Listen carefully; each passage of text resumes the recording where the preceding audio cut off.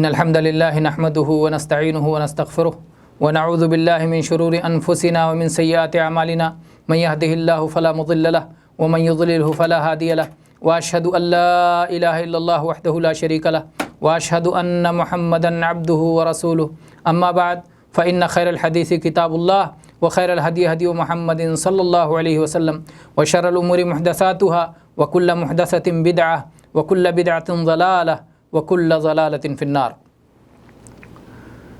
برادران گرامی قدر، پچھلے محاضرہ میں ہم نے میاں بیوی کے مشترکہ حقوق کا ذکر کیا تھا کہ یہ کل 6 حقوق ہیں۔ پہلا حق غلطیوں اور لغزشوں پر چشم پوشی، دوسرا حق دکھ سکھ میں شرکت، اور تیسرا حق اطاعت الہی کے لیے باہمی تعاون۔ اور ان 3 حقوق پر کچھ تفصیل کے ساتھ ہم نے گفتگو کی تھی۔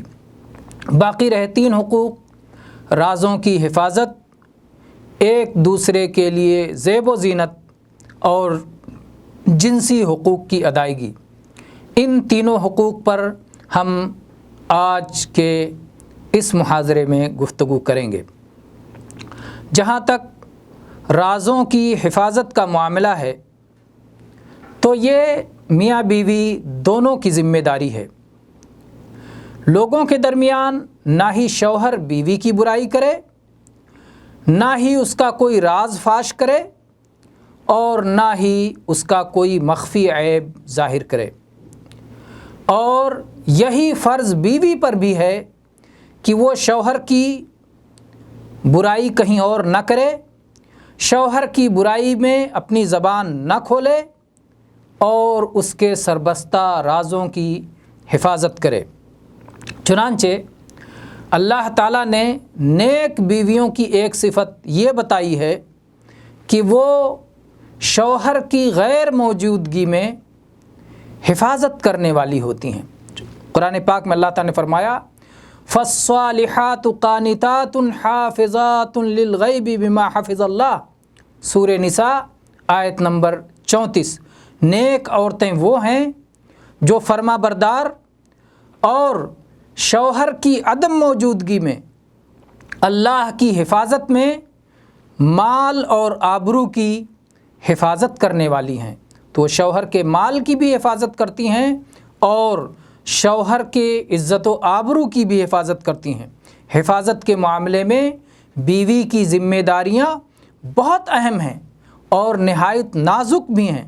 اسے زنا سے بچ کر اپنے عزت و آبرو کی حفاظت کرنی ہے، راز کو چھپا کر گھریلو معاملات کی حفاظت کرنی ہے، اور ہر قسم کی بدنامی سے دور رہ کے نیک نامی کی حفاظت کرنی ہے۔